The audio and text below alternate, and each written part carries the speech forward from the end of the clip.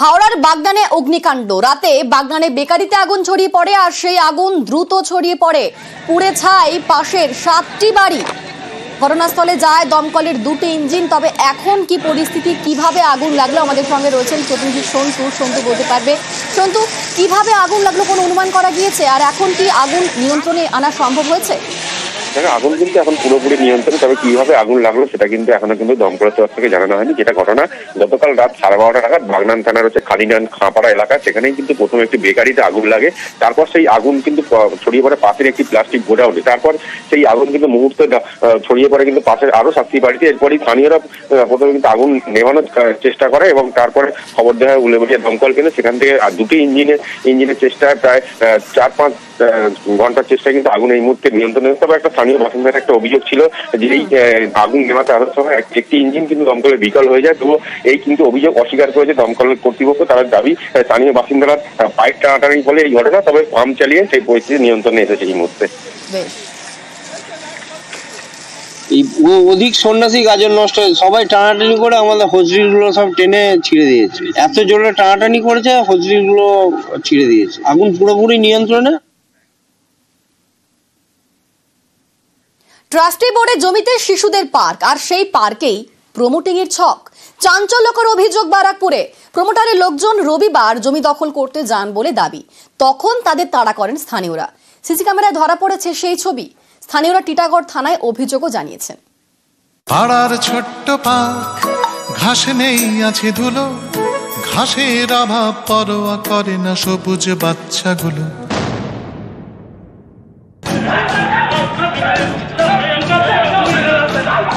প্রমোটারের লোকজনের সঙ্গে প্রথমে বচসা, শেষমেশ তাড়া। শিশুদের পার্ক দখল করতে গেলে এভাবেই স্থানীয়রা রুখে দাঁড়ান বলে দাবি। এ ছবি ধরা পড়েছে সিসি ক্যামেরায়। উত্তর 24 পরগনার বারাকপুর পুরসভার 8 নম্বর ওয়ার্ড, নগেন্দ্র স্মৃতি স্কুল রোড। এখানেই একটি ট্রাস্টি বোর্ডের জমিতে রয়েছে শিশু উদ্যান, চারপাশে বহুতল, এরই মাঝে পার্ক।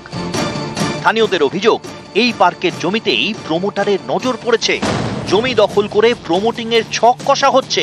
এমনকি সন্ধ্যের পর এই পার্কের মাঠেই বসছে মদের আসর। অনেকদিন ধরেই মাঠটা অবহেলায় পড়ে আছে, শিশুরা খেলতে পারছে না। এবং এই সুযোগে সমস্ত এই অঞ্চলের কিছু অসাধু লোক, তারা এখানে অসামাজিক কাজ সন্ধ্যের পরে করে। আমরা মেয়েরা এখান দিয়ে রাস্তা দিয়ে যেতে পারি না। রবিবার গোলমাল চরমে ওঠে। নগেন্দ্র স্মৃতি স্কুল রোডে যান প্রমোটারের লোকজন। অভিযোগ, জমি দখলের চেষ্টা করেন। রুখে দাঁড়ান স্থানীয়রা, তাড়া করেন প্রমোটারের লোকজনদের। প্রমোটাররা বলছে এই জমি বিক্রি হয়ে গেছে। বাইরেও কিছু ছেলে পেলে ছিল, তারা এসে এখানে ঝামেলা করার চেষ্টা করে। ব্যারাকপুর মিউনিসিপ্যালিটি সমেত যদি সবাই উন্নয়ন কমিটি মিলে যদি যৌথভাবে কিছু ভালো কাজ করা যায়, সেটার চেষ্টা করলে ভালো হয়। টিটাগড় থানায় অভিযোগও জানিয়েছেন স্থানীয়রা। প্রমোটার রাজ চলছে, তাদের নজরে তো পড়বেই, কিন্তু এখানে কিছু করতে পারবে না।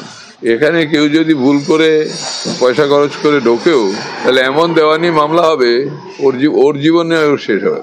যে টাকা খরচা করে কিনবে তার ওই টাকাটা লোকসানে হবে। পার্স ছিল, আছে, থাকবে, এটুকু আমার বক্তব্য। উচিত তো ছিল যারা এই ট্রাস্টির মধ্যে বা যারা ওখানে দেখভাল করছিল, তাদেরই উচিত ছিল পৌরসভাকে চিঠি দেওয়া। এখন যদি তারা কোনো প্রস্তাব আমার কাছে আসে, আমি নিশ্চয়ই সেটা চেষ্টা করব। ব্যারাকপুরের কাছেই সোদপুরের অমরাবতী মাঠেও জমি হাঙরদের নজর পড়ে। মাঠের একাংশ বিক্রি করে প্রমোটিং এর ছক কষে। সম্প্রতি এই খবর দেখায় নিউজ 18 বাংলা। বিষয়টি নজরে আসতেই অমরাবতী মাঠ অধিগ্রহণ করার নির্দেশ দেন মুখ্যমন্ত্রী। এবার শিশুদের পার্ক দখল করে প্রমোটিং এর ছক। চাঞ্চল্যকর অভিযোগ ব্যারাকপুরে। উত্তর 24 পরগনা থেকে অরুণ ঘোষ, নিউজ 18 বাংলা।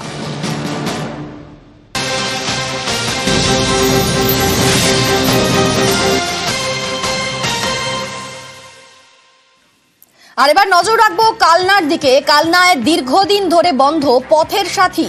7 বছর আগে চালু হয় পথের সাথী।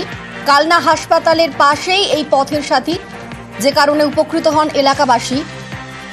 কিন্তু সেই পথের সাথী চত্বরেই চলছে অসামাজিক কাজকর্ম, এমনটাই অভিযোগ করছেন সেখানকার স্থানীয় বাসিন্দারা। এই পথের সাথী যেখানে রয়েছে সেই চত্বরেই অসামাজিক কাজকর্ম চলছে। স্থানীয়রা কি বলছেন শুনুন।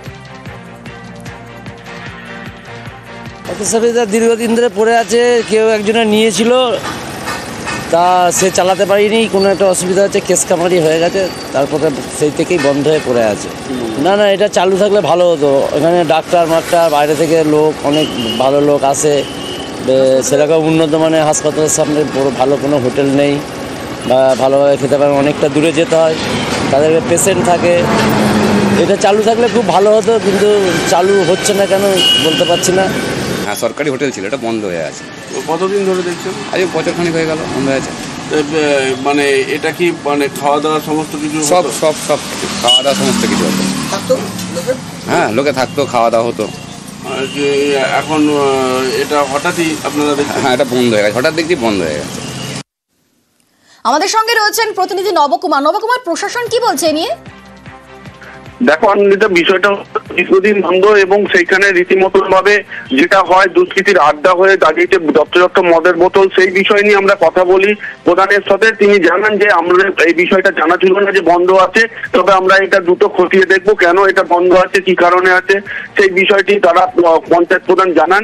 এবং তারা এই সঙ্গে জানান যে এইখানে দীর্ঘদিন ধরে যে পথের সাথী বন্ধ আছে এবং তাদের যাতে দ্রুত খোলার ব্যবস্থা হয় সেই ব্যাপারটাও তারা নজরে আনবেন। বেশ, ধন্যবাদ আনন্দিতা। তো ঠিক জানতাম না, আগে আপনাদের মুখে শুনলাম, আমি ঠিক খোঁজ নিয়ে দেখবো। এটা আমি খোঁজ নিয়ে তারপরে দেখছি, আমি তো ঠিক জানি না এখনো। আমি 1.5 বছর হলো বসেছি, এখন পর্যন্ত আমার ঠিক জানা হয়নি। আমি একবার জেনে আপনাদের বলবো। নজর রাখতে হচ্ছে হাওড়ার দিকে, কারণ হাওড়ার মন্দির তলায় দুর্ঘটনা। ট্রেলার থেকে কন্টেনার ছিটকে বিপত্তি, রাস্তার ওপর কন্টেনার পড়ে বন্ধ হয়ে যায় রাস্তা। বন্ধ মন্দিরতলা থেকে দ্বিতীয় হুগলি সেতু যাওয়ার রাস্তা বন্ধ, কোনা এক্সপ্রেস যাওয়ার রাস্তাও। আর যান চলাচল বন্ধে দুর্ভোগে পড়েছেন নিত্যযাত্রীরা। আমাদের সঙ্গে সেখান থেকেই সরাসরি রয়েছেন আমাদের প্রতিনিধি সুস্মিতা। সুস্মিতা, প্রায় 4 ঘন্টা হয়ে গেল এই দুর্ভোগ চলছে, এখন কি পরিস্থিতি? যান চলাচল কি স্বাভাবিক করা সম্ভব হয়েছে?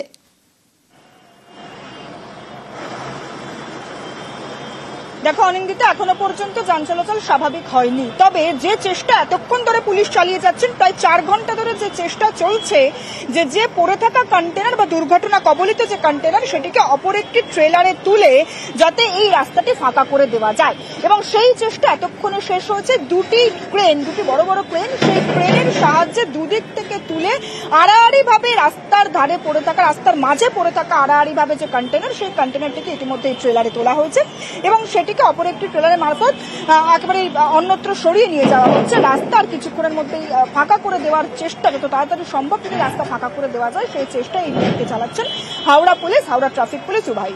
কিন্তু কিভাবে এই ট্যাঙ্কার, এই যে ট্রেলার ভর্তি যে কন্টেনার যে এভাবে এই রাস্তায় আড়াআড়ি ভাবে কিভাবে পড়লো, পুলিশের তরফ থেকে যেমনটা জানানো হচ্ছে, এই যে কন্টেনার, সেই কন্টেনার মাল বোঝাই কন্টেনার, সেই কন্টেনার খিদিরপুর ডক থেকে যাচ্ছিল লিলুয়ায় এবং সেখানেই লিলুয়ার ঝাউতলা রোডে এই কন্টেনারটি যাওয়ার কথা, কিন্তু সেটি রাস্তা হারিয়ে মন্দিরতলার দিকে ঢুকে পড়ে। আর তখনই বিদ্যাসাগর সেতু থেকে মন্দিরতলা থেকে বিদ্যাসাগর সেতুতে কলকাতামুখী যে লেন, সেই লেনের মধ্যে ঢুকে এই কন্টেনার বাহী যে ট্রেলার সেটি ইউটার্ন করার যে চেষ্টা করে এবং তার পরবর্তী সময় রাস্তার যে ঢালু, সেই ঢালুতে গড়িয়ে পড়ে এই কন্টেনারটি ট্রেলার থেকে রাস্তার মাঝে আড়াআড়ি ভাবে পড়ে যায়।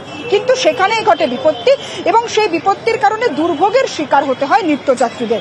তার কারণ হচ্ছে সকাল প্রায় 5:30 থেকে 6:45 নাগাদ যে দুর্ভোগ বা যে দুর্ঘটনা ঘটে, তার ফলে সকাল থেকে নিত্যযাত্রী পড়ুয়া থেকে আরম্ভ করে যারা রোজকার কাজের জন্য এই যে মন্দিরতলা থেকে বিদ্যাসাগর সেতু বা কোনা এক্সপ্রেসওয়ের যে লেন সেটি ধরেন, সেখানে যান চলাচল একেবারে দীর্ঘক্ষণ ধরে বন্ধ থাকার কারণে নিত্যযাত্রীরা তারা চরম দুর্ভোগের শিকার হন, একেবারে সমস্যার মুখোমুখি হন তারা।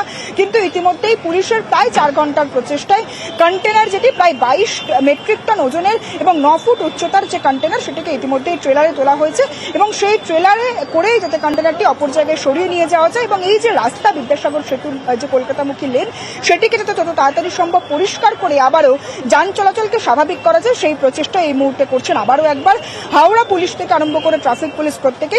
এবং আরো একবার ছবিটা দেখানোর চেষ্টা করি অনিন্দিতা, দেখতে পাচ্ছি দুটি ক্রেন থেকে দুটি ক্রেন দিয়ে দুদিক থেকে যাতে দুই মুখ থেকে তুলে ট্রেলারটিকে যাতে ট্রেলারে করে যাতে এই কন্টেনারটিকে অন্যত্র সরিয়ে নিয়ে যাওয়া যায় সেই প্রচেষ্টা এই মুহূর্তে চলছে। এবং ইতিমধ্যেই দীর্ঘ প্রায় 4 ঘন্টার প্রচেষ্টায় এই যে কন্টেনার মাল বোঝাই যে কন্টেনার সেটিকে অন্যত্র একটি ট্রেলারে করে তোলা সম্ভব হয়েছে এবং সেই ট্রেলারটিকে এই মুহূর্তে এখান থেকে সরিয়ে নিয়ে যাওয়ার যে প্রচেষ্টা সেই প্রচেষ্টা চালাচ্ছেন হাওড়া পুলিশ।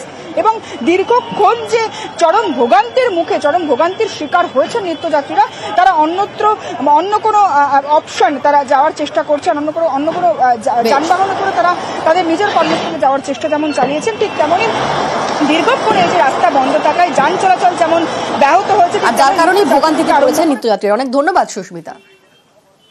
এটা হচ্ছে তখন ভোর 4:15 হঠাৎ করে একটা ভয়ঙ্কর আওয়াজ, সে কারণটা বুঝতে পারছি না কেন। গাড়িটা যখন উঠছিল উপরে হঠাৎ করে দেখি পড়ে গেল, পুরো রাস্তা ব্লক, পুরো ভেঙে ব্রেক ফেল করে গাড়ি পুরো গড়িয়ে উল্টে আমাদের এইখানে পড়ে গেছে, পুরো বন্ধ। একদম কখন সরাবে না সরাবে কোনো ঠিক নেই, কারণ বোঝা যাচ্ছে না। এটা উঠতেই পারছে না তো, গাড়ি আসছে কিন্তু উঠতে পারছে না, সকালে সমস্যায় পড়তে হচ্ছে। সমস্যায় তো খুবই বড় সমস্যা, যাতায়াতের সমস্যা হয়ে যাচ্ছে সকালবেলা। কোনো বাস বা কিছু চলছে না? না, যাবে না তো, এটা দিয়ে দেখা যাক কি করে যেতে হবে। এবার পরীক্ষা চলছে এখন, এক্সাম তো যেতেই হবে, কিছু করার নেই।